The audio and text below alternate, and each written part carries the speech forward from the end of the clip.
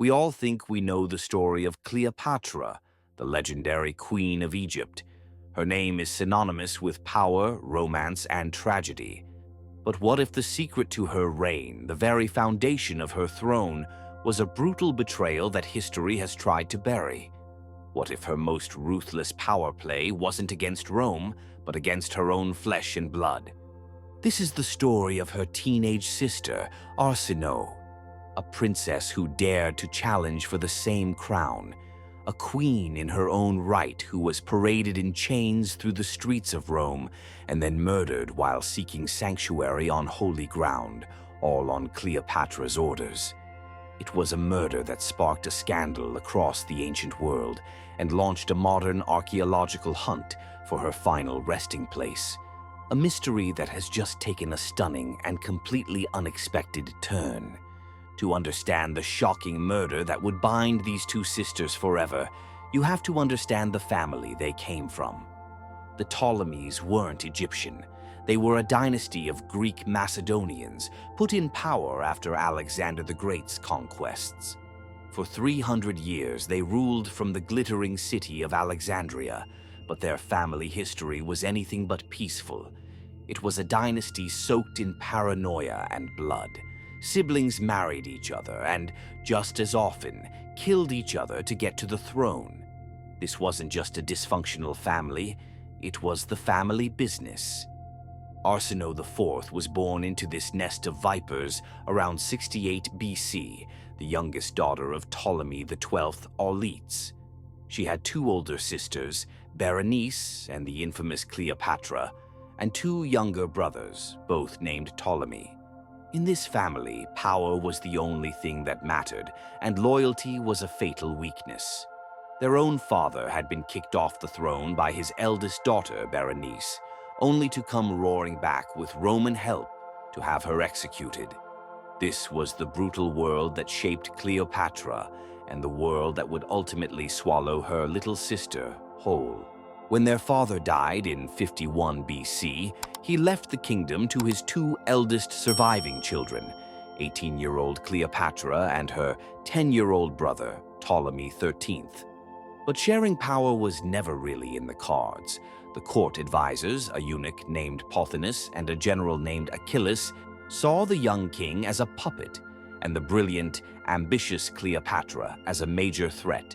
So they drove her out of Alexandria. It was in this chaos, with sister pitted against brother, that the youngest princess, Arsinoe, began to see her own path to power.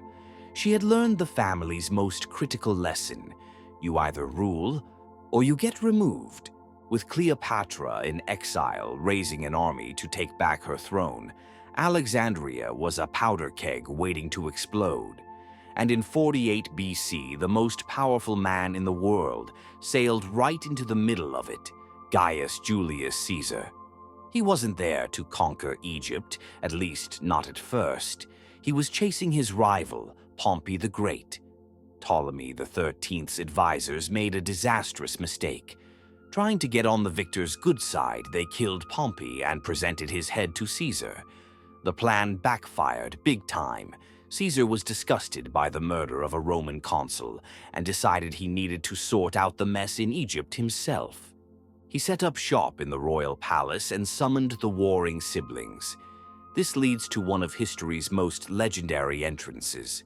Cleopatra, knowing she couldn't just walk into the city, had herself smuggled past enemy lines, rolled up in a rug, and delivered straight to Caesar's feet. The gamble paid off. Caesar was completely captivated and declared he would enforce their father's will. Cleopatra and her brother would rule together. But where was Arsinoe? She was right there in the palace with her brother, a royal pawn held by Caesar.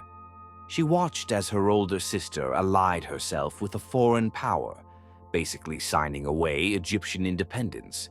While Cleopatra saw Caesar as an ally, Arsinoe and many Alexandrians saw a Roman occupier. She was only a teenager, maybe 15 or 16, but she had that same fire and ambition as her sister. She wasn't going to be a hostage. With the help of her tutor, a eunuch named Ganymedes, Arsinoe made her move. She slipped out of the palace, out from under Caesar's control, and went straight to the Egyptian army that was already fighting the Romans. They were an army fighting for a king who was Caesar's prisoner. In Arsinoe, they found a true leader. The soldiers and the people of Alexandria proclaimed her Queen of Egypt. In that moment, she was no longer the forgotten little sister. She was Arsinoe IV, the true Pharaoh, and she was officially at war with both Cleopatra and Julius Caesar. The conflict that followed wasn't just Rome versus Egypt. It was a civil war fought street by street, with two Ptolemaic sisters on opposite sides. Under Arsinoe's banner, the Egyptian army pushed Caesar's forces back, trapping them in the royal quarter. Arsinoe proved she was more than just a symbol. When a rivalry broke out between her general, Achilles, and her tutor, Ganymedes, she decisively sided with Ganymedes and had Achilles executed, taking firm command of her own army. She was a surprisingly tough opponent. At one point, her forces cut off the water supply to the Roman-held districts, nearly crippling Caesar's legions. During a battle near the great lighthouse of Alexandria, Caesar himself had to jump into the sea and swim for his life to avoid being captured by Arsinoe's army.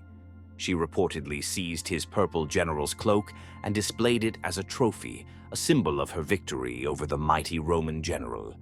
For a moment, it looked like the teenage queen might actually win. Realizing Arsinoe was a more popular and effective leader than her brother, Caesar tried a clever tactic. He released Ptolemy XIII, hoping the king would undermine his sister's authority. It didn't work. The war raged on until the final Battle of the Nile in 47 BC. When Roman reinforcements arrived, they crushed the Egyptian forces. Ptolemy XIII drowned in the Nile, weighed down by his own golden armor. Arsinoe's army was defeated, and she was captured. Her brief, defiant reign was over.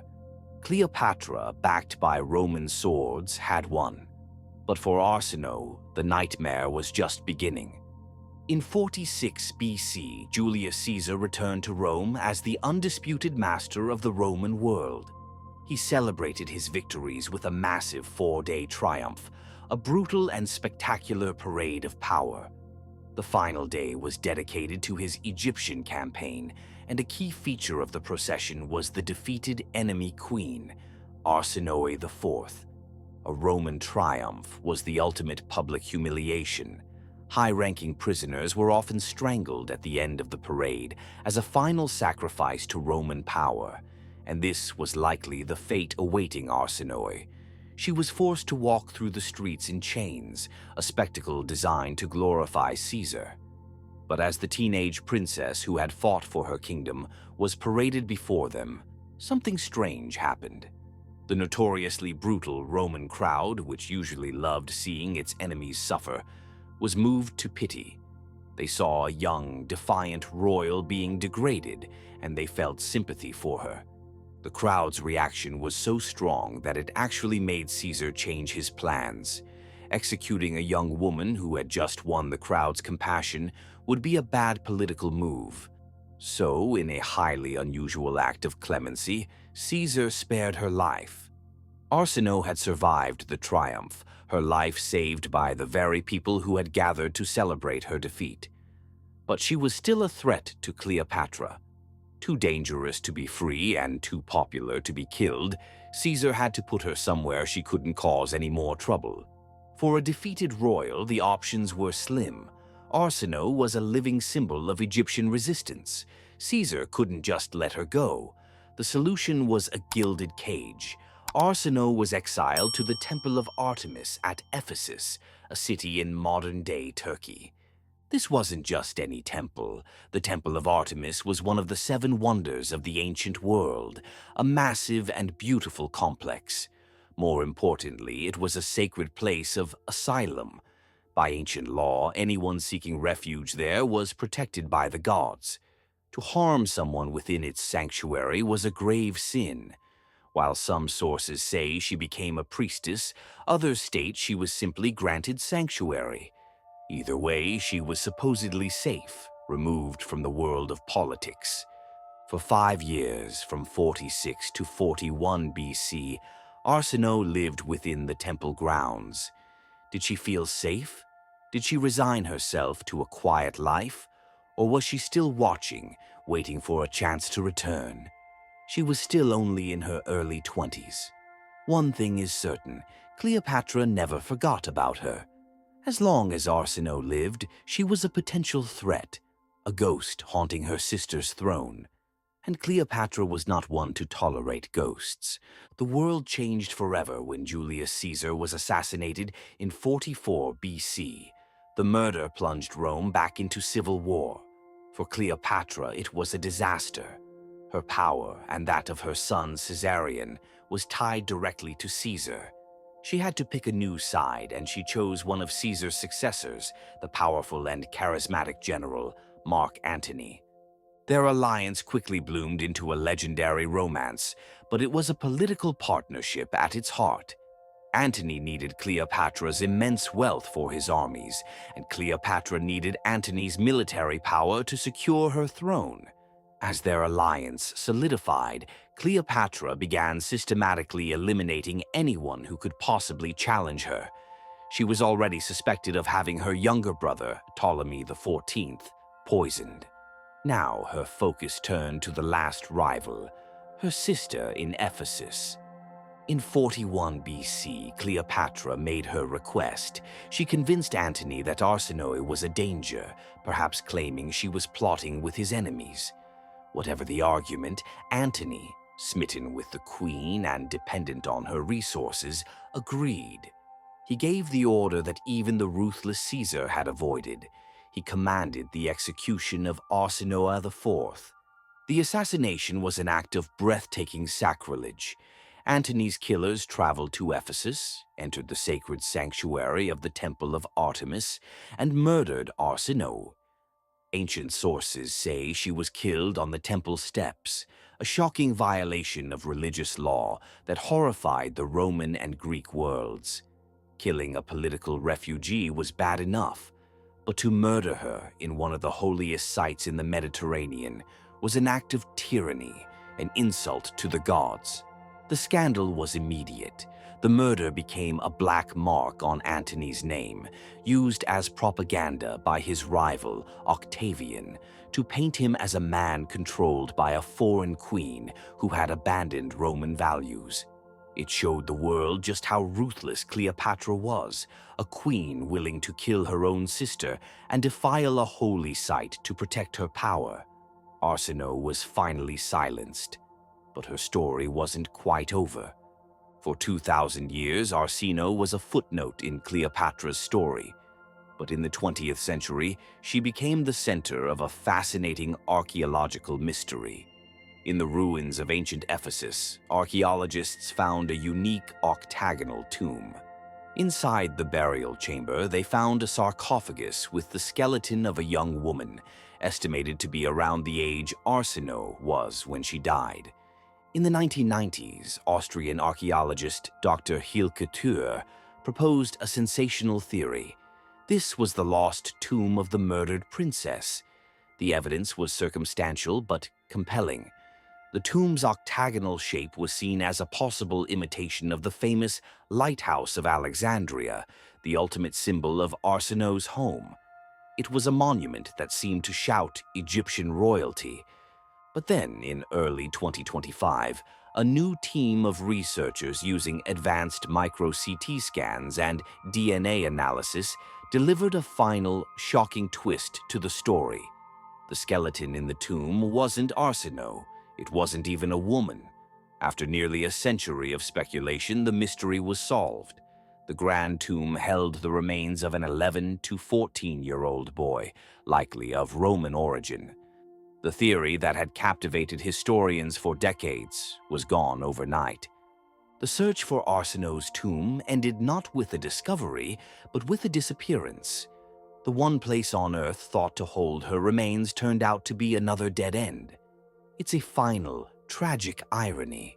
In life, Arsinoe was a princess overshadowed by her sister, a queen whose reign was erased by Rome, and a refugee whose sanctuary was violated. And now in death, even the tomb that held her story for a century belongs to someone else. Her murder silenced her voice, and it seems that time has hidden her body. The story of Arsinoe IV is a brutal reminder of the true cost of power in the ancient world. It reveals the dark side of Cleopatra's famous reign, the cold, calculated ruthlessness needed to keep a throne. History is written by the victors, but sometimes the stories of the silenced tell us even more. Arsinoe's is a story of defiance, betrayal, and ultimately, erasure. A teenage queen murdered by one of history's most famous couples whose final resting place is, to this day, a complete mystery. If you found this story of hidden history compelling, be sure to subscribe and like the video for more tales that time tried to forget. Let us know in the comments, where do you think the true tomb of Arsinoe IV might be hiding?